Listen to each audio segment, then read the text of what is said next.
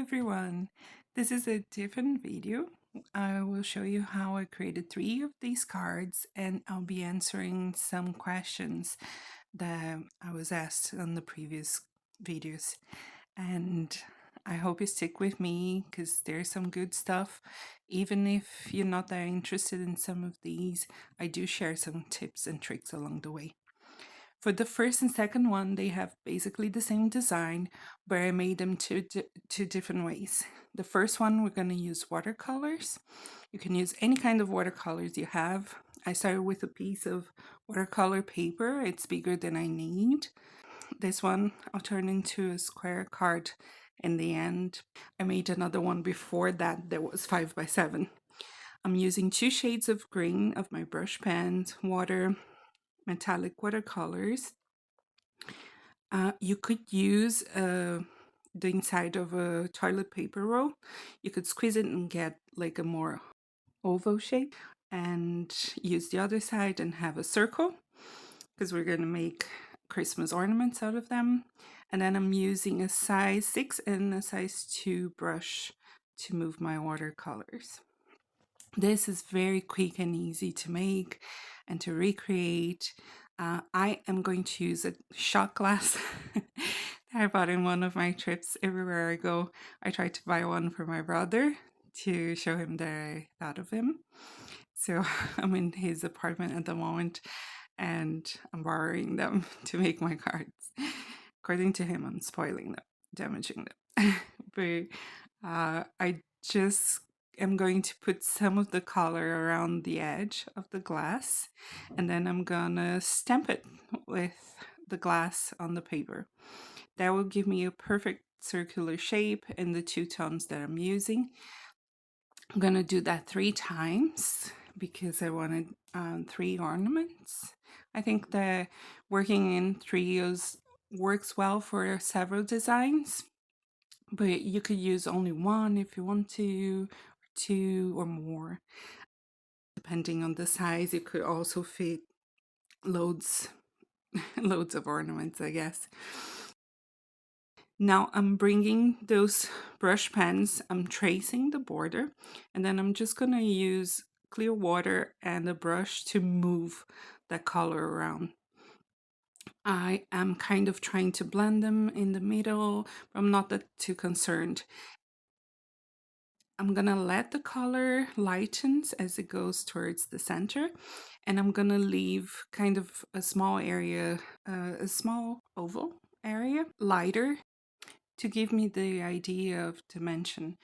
If I keep the edges darker, and you see me adding more and more ink around the edges as I go, and to have that lighter area in the center, that will give the idea of a round object. And I'm gonna do that to all 3 shapes. I kind of wish I didn't leave a space between the top one and the center one. I kind of wish I had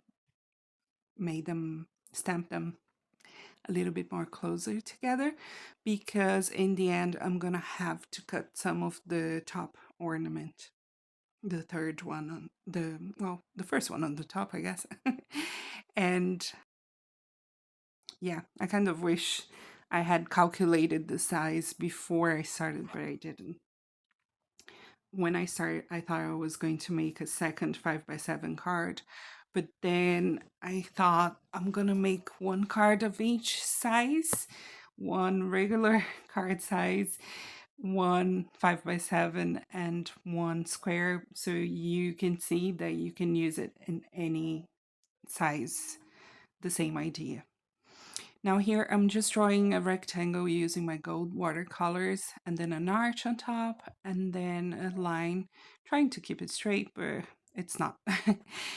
A line going to the top to make it the string. You could stop it here and this would be your card and you would be ready, but I'm gonna show you how I added detail to it. After it dried, I'm using a gel pen, a gold gel pen, and I'm just adding a line of dots down the center in the spaces between the dots, halfway between the dots, I'm adding another line to the right. I hope that makes sense.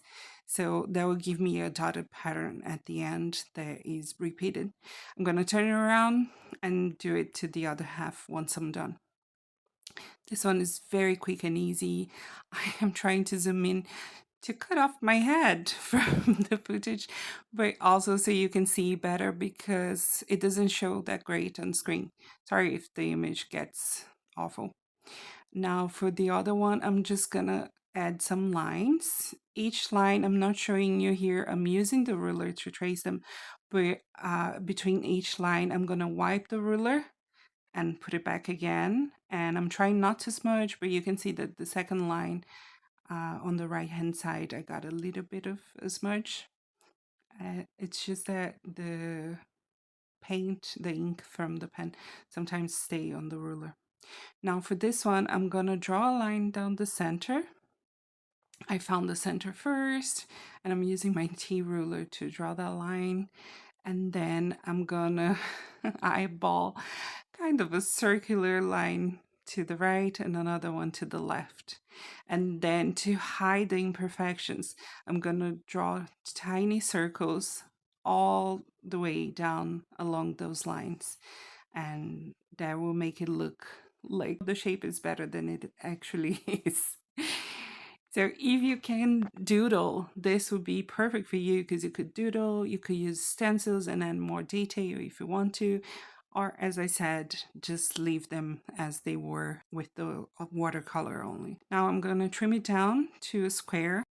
As always, I have no measurements for any of this stuff. I eyeball almost everything. Now I'm going to get the same gold gel pen, and I'm going to trace the very border. I'm going to make a very thin line along the edges, and that's going to give me a gold border. It's a very fine detail. It doesn't capture well on camera anything that I did with the gel pen, but in person you can see very well. I'm not going to add sentiment to my card yet, to this one, but I did add a sentiment to the other two. I am just going to probably print a strip and use that instead. Here you can see me getting a square die and making sure it's smaller than my panel with the watercolor. And I'm gonna cut that from the center of my green panel. As I said before, I like to save cardstock as much as I can because I know I can use the smaller pieces later for a sentiment or for something smaller. So I am not one to use a full panel that it's going to be hidden behind something else. Now I'm going to glue that green frame on top of my card base. I'm going to add some foam, just fun foam, behind my watercolor panel and glue that on top of this, and my card will be done. I did the red one the same way. I just changed the color and I used only one shade of red, but it was exactly the same way that I showed you in this video. So you can see that you can change colors around and get a completely different looking card. The red one, because it's a bigger size, it's 5x7. This one is 5x5, 5.5 by 5.5, sorry. And because I had more space on the other one, I did include the sentiment. I stamped and embossed it in gold. You still have the space here. I just needed a smaller sentiment than the ones I currently have. And then we're moving to the second card. There is the same design idea, but this time we're going to use a homemade stencil and ink blending. Very quick and easy as well. And you can make them, all these cards, with minimal supplies. So I die cut 2 circles, 2 different sizes from one cardstock panel. I'm gonna tape that to my dark green. Sometimes it shows us black on the screen, but it is a very dark, deep green panel. This one is regular card size. And I'm just going to ink blend white pigment ink. This one is from Hero Arts, through those 2 circles, and I'm gonna make it wider around the edges and lighter in, well, darker in the center, but you won't be able to see this because I am adding way too much detail on these ones later. I just want you to see that you can use a darker background and do the same design, but using different supplies as well. Maybe you don't have watercolors, but you do have pigment inks, so you can do it two different ways.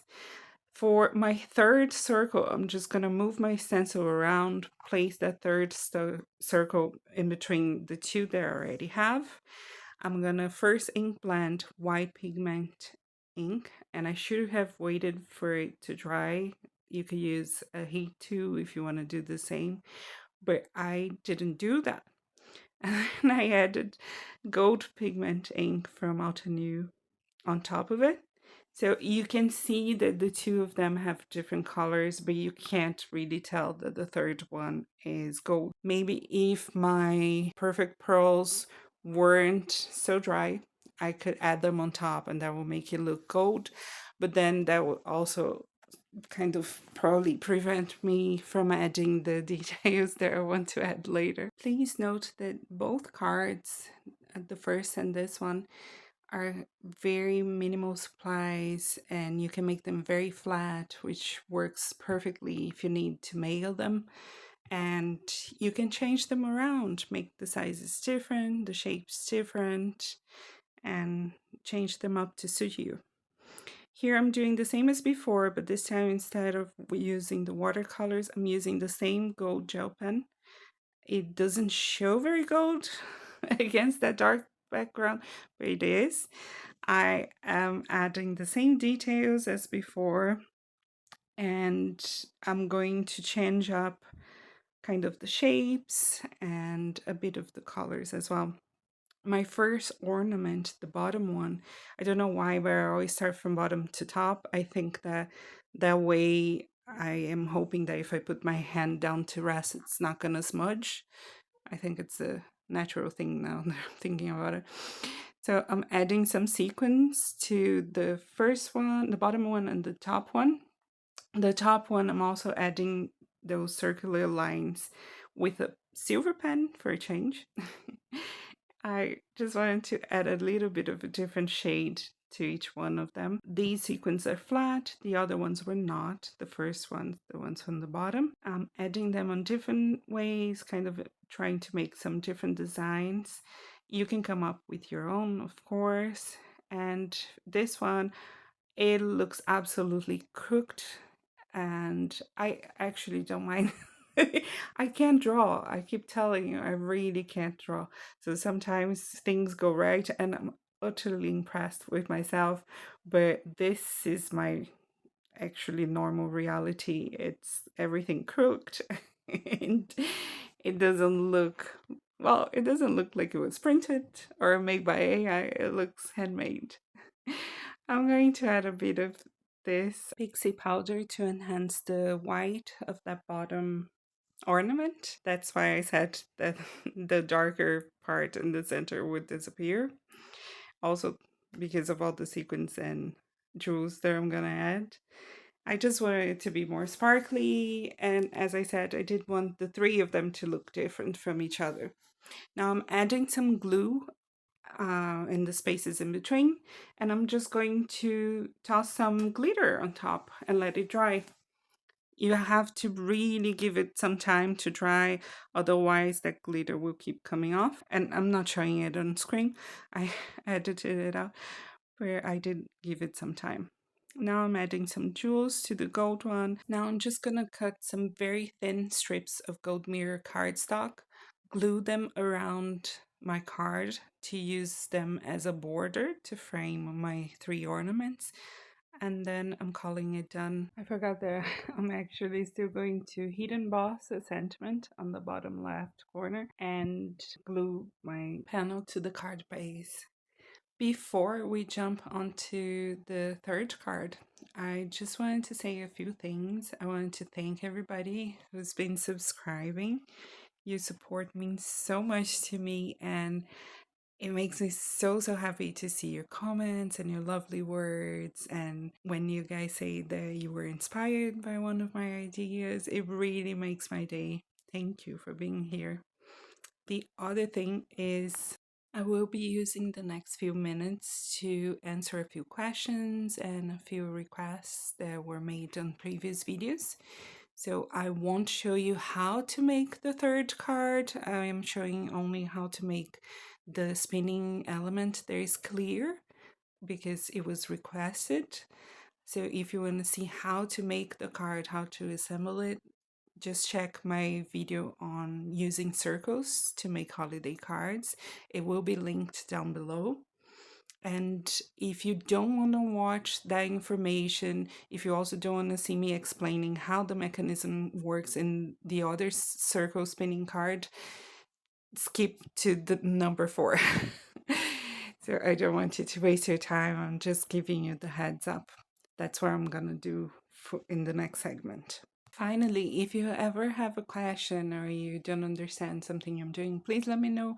I'll be more than happy to try to explain it again in a different way. And this is our finished card. We're on to number 3, and this is where I'm going to answer some questions. So some people asked me to show how I made that clear spinning circle on the card that I lost the footage. I used nesting dies, but you can use the ones that cut a thin frame, and this is how I choose the size. I grabbed the panel that I intend to use. This one is a regular size. The card that I made before was 5.5 by 5.5. I will remove my nesting dies, and I'm going to try to find one to cut that front panel, to cut a window on my front panel in a way that will have at least half an inch left once the window is cut on each side. I hope that makes sense. Then I'll skip one size smaller, and I'll get the 2 next smaller sizes after that, the one I skipped.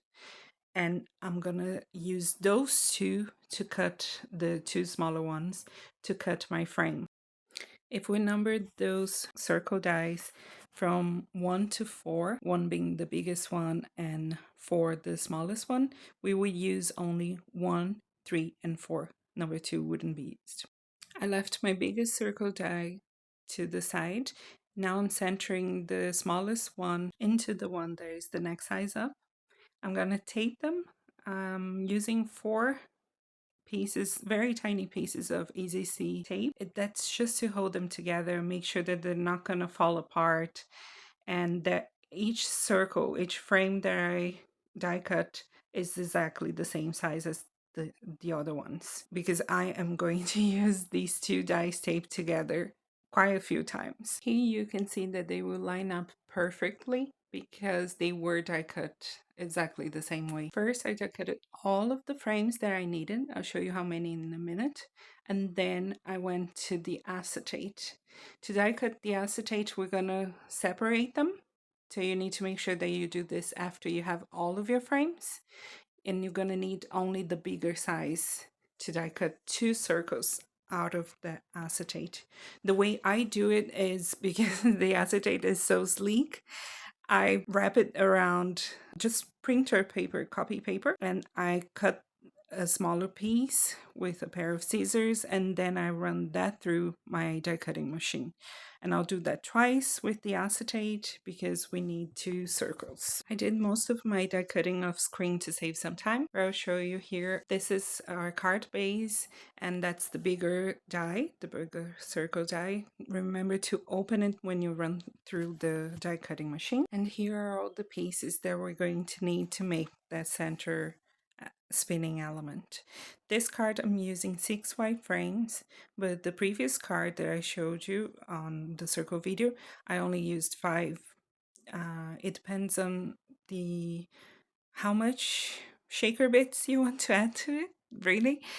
But those are to build up the well where you're gonna put your shaker bits. Now all we need to do is to assemble it. So I'm gonna glue an acetate circle to the back of my gold frame, and then I'm gonna glue 3 of those white frames together.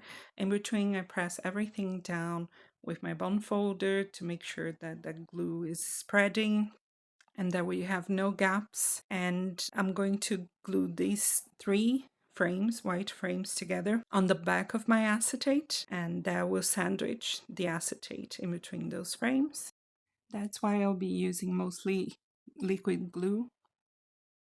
One, because of the shape, it's easier when you're doing a circle, but also I can make sure that I'm not skipping any areas without adhesive, and also that I'm not using too much glue. We don't want it to ooze out and then have the shaker bits all stuck to it. Now I cut a piece of my nylon string, and this is the only time I'm going to use the double-sided adhesive. It's to hold the string along the border. It's just easier because in this case, if you used liquid glue, you have to wait for it to dry. And that could take a while the dry adhesive, the grip is immediate. And this girl doesn't like to wait. I'm very impatient.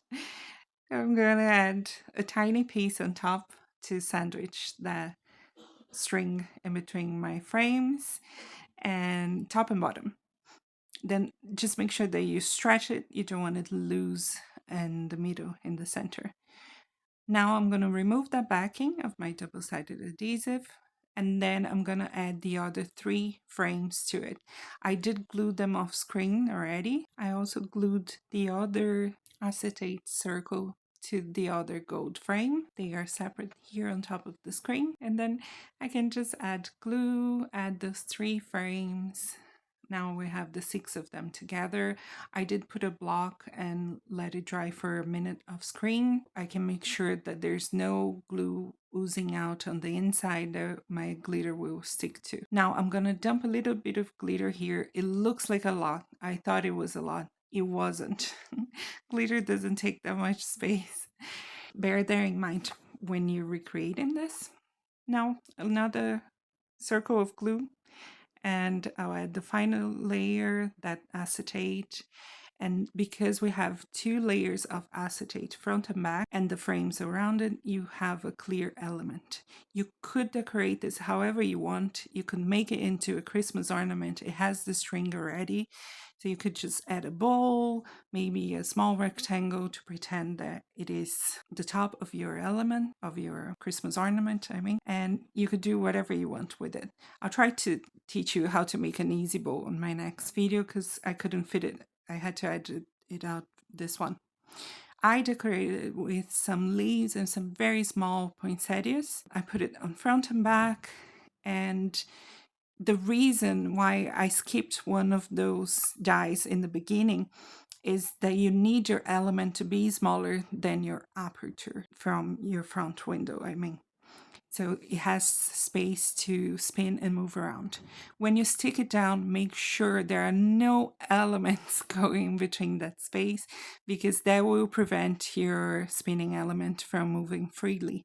And as I did on my previous video that I showed you, the circle video, you can add a sentiment to it. You can add more decoration if you want to. If you use snowflakes here would be very pretty because you have kind of the glitter inside looking like snow. You can see that it's exactly the same design that I showed you on the previous card, but with a clear element and a little bit more interest. I firmly believe that you change the colors, you change the decoration, you change completely the look of your card. Now, I had another person telling me that they couldn't understand how the other circle mechanism, the spinning mechanism works, and this is where I'm gonna show you. I have 2 circles, different sizes. That yellow one will be the bigger black circle with the Christmas trees. The little one is the one that is hidden. Here I stuck together 3 pieces of foam and I color it black on the side so you can see better. And the square, the clear square, will be the front card panel that was black on my previous video. Now, like I did before, where I used double-sided adhesive, right? I'm gluing that center dot. That could be your button, could be your coin, or it could be a double-sided foam adhesive like I used, and then sandwiching it with that clear panel that has a hole in the center, which means that the clear panel you see here wouldn't be moving at all. It would be attached to the card base, but those 2 circles are only attached to each other through the mechanism in the center in black here. And they are not attached to anything else. They are actually free to spin around. I'm just tracing an arrow here on top so you can see it. You can spin it around, the top spins, and the bottom circle there is not visible in the original card at all. It's the hidden mechanism. It also spins with it. So when you spin one, the other one spins as well. It's just that the bottom one is not visible. I hope that makes sense. I hope that clarifies how it works a little bit better. And if you're still here for our last card of today's video, thank you. I've always wanted to make a Hanukkah card and I never had the supplies to, but I had a brilliant idea that I'm going to share with you. Using my paper trimmer, I cut some strips out of silver satin cardstock or matte cardstock and also out of white. And then the same silver, I cut the top of my candles, just the wick and the flame. You can see the dies that I use. These ones are numbers. Any die that you have the die cuts wick and a flame, you could use that instead. I also die cut one out of acetate because that wick is very flimsy and I wanted to make it more sturdy. I'm gluing the two of them together.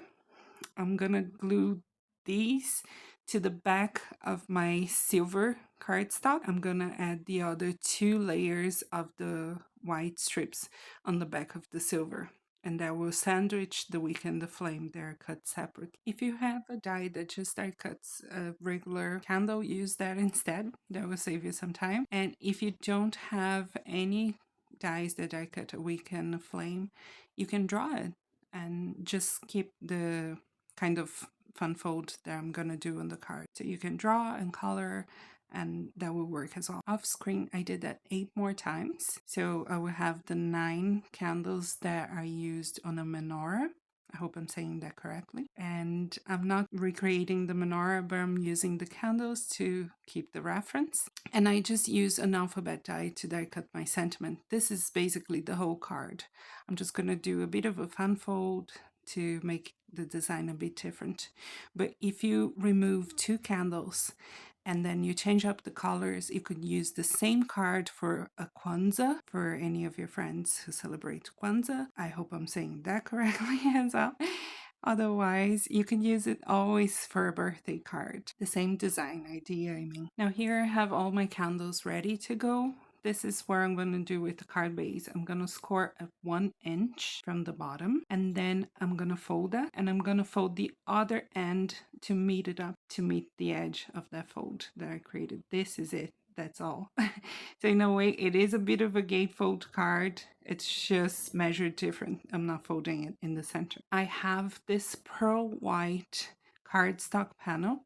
I'm gonna emboss it. This is the embossing folder I'm gonna use. It's from Spellbinders. It's an older one. I am kind of centering it, so it's gonna be the same measure all across. That's gonna help me later. I'm gonna cut off a strip of 1 inch on the bottom, glue them separately, because that's where my opening is on the card. Then I will glue it down, the panel on my card front, that is, and I'll add 2 very thin strips of silver metallic cardstock to the borders, both of them, both sides.